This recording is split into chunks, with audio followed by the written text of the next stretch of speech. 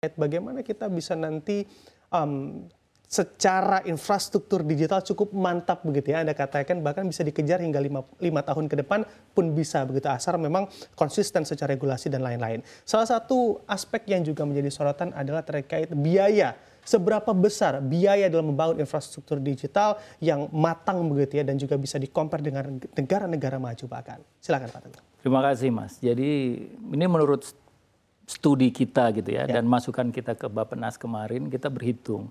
Jadi kalau kita pengen ningkatin GDP kita dari 5% menjadi 6% atau naik 1%, itu kira-kira untuk infrastruktur digitalnya itu dibutuhkan cost sekitar 10 billion US dollar per tahun. Dan setiap tahun naik 14% gitu ya. Itu pun tidak seluruhnya dari pemerintah tentunya. Pemerintah paling kan ada anggaran APBN gitu ya, ada juga harus KPBU, PPP gitu. Dan itu kira-kira 20% pemerintah, 80%-nya dari luar lah, private ataupun dari luar. Itu untuk 1% gitu ya. Kalau mau naik 2% menjadi 7% per tahun, ya investnya sekitar 20-an billion US dollar per tahunnya gitu untuk infrastruktur digitalnya. Kalau mau naik 8% atau 3% dari 5%, ya naiknya menjadi 30 billion, sekitar 30 billion US dollar per tahun. Dan itu dimulai dari tahun 2025 tentunya ya, sampai tahun 2029 nanti. Dan setiap tahunnya naik 14% konsekuensi.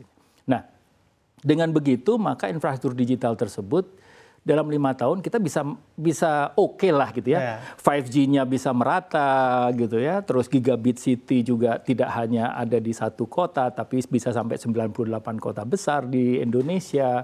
Pedesaan pun juga akan ada 1000 desa yang sudah terkoneksi dengan broadband. Kemudian tadi teman-teman SKKL juga pulau-pulau kita yang jumlahnya 17.000 itu ternyata 11% dari pulau yang berpopulasi itu belum terkoneksi dengan kabel serat optik, Mas. Jadi itu pun bisa terkoneksi dengan kabel serat optik gitu ya, antar pulaunya dan lain sebagainya. Kemudian juga di kampus-kampus nih atau di area-area manufaktur itu semua juga ada jaringan 5G, ada jaringan fixed broadband-nya gitu ya. FTTH pun bisa naik dari sekarang 15% menjadi 30%, 31% nanti penetrasinya di sana. Kemudian IP version 6 yang kemarin kita ada event gitu ya, yang sekarang ini sekitar hampir 16%, nanti bisa sampai 35% di tahun 2030 adopsinya gitu.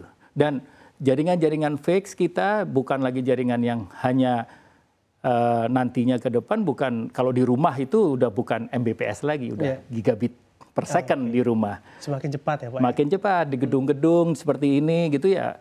Udah bukan 1 giga lagi gitu ya, tapi minimum ada 10 giga gitu. Sehingga dengan demikian maka networknya pun udah basisnya udah bukan 5G tapi 5.5G sampai dengan di tahun 2029 nanti.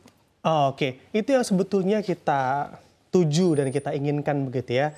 Tapi juga tadi Anda katakan tidak melulu hanya mengandalkan uang negara atau APBN di sini, tapi juga bisa melalui investasi. Nah, kalau mengamati secara investasinya, daya tarik investor khususnya untuk sektor ini seberapa besar menurut Anda, Pak Teguh? Begini, sektor digital dalam hal ini, apakah itu mulai dari perangkat digital, jaringan digital, platform digital, sampai ke aplikasi-aplikasi digital, itu terus berkembang sesuai dengan waktu dan sesuai dengan perkembangan teknologi. Nggak pernah absolut gitu ya, nggak pernah obsolet. Artinya bahwa ini sangat menarik karena perkembangannya terus. Contohnya, perangkat-perangkat digital seperti smartphone gitu. Setiap tahun kan selalu 30 juta perangkat masuk, dijual gitu ya. Artinya marketnya tetap kan tumbuh gitu ya. Perangkat-perangkat laptop seperti yang Anda punyain gitu ya. Tumbuh terus kan gitu ya. Bentuknya aja yang makin tipis, macam-macam dan lain sebagainya. Dari sisi perangkat. Demikian juga perangkat IoT, Mas. Smart lamp misalkan, lampu-lampu cerdas gitu, itu kan tumbuh juga. Jumlahnya pun semakin banyak. Bahkan kita targetkan kalau 2025 678 juta, tahun 2030 udah lebih 1 miliar nih. Artinya setiap orang megang 5 perangkat gitu ya. Mulai dari smartphone, smartwatch, Bluetooth dan lain sebagainya. Artinya ini semua itu sangat diminati oleh investor karena marketnya butuh gitu ya. Belum lagi sektor-sektor industri.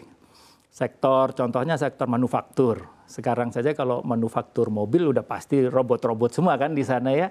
Warehouse itu juga butuh, transportasi juga butuh kan gitu. Jadi perangkat-perangkat, solusi-solusi IoT, solusi-solusi digital itu diperlukan di semua sektor. Agriculture, healthcare untuk kebutuhan preventif.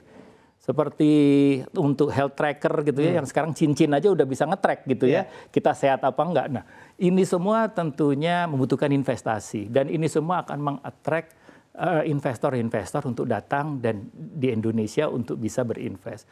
Melihat market, nomor satu kan selalu market nih, tapi kita nggak bisa berhenti hanya di market. Bagaimana kita bisa menjadi produsen? Oleh sebab itu kan kita selalu mengatakan, dari pihak asosiasi itu selalu membuat satu kolaborasi bersama. Jadi buat aturan untuk standar nasional Indonesia, sampai saat ini sudah ada 12 untuk IoT.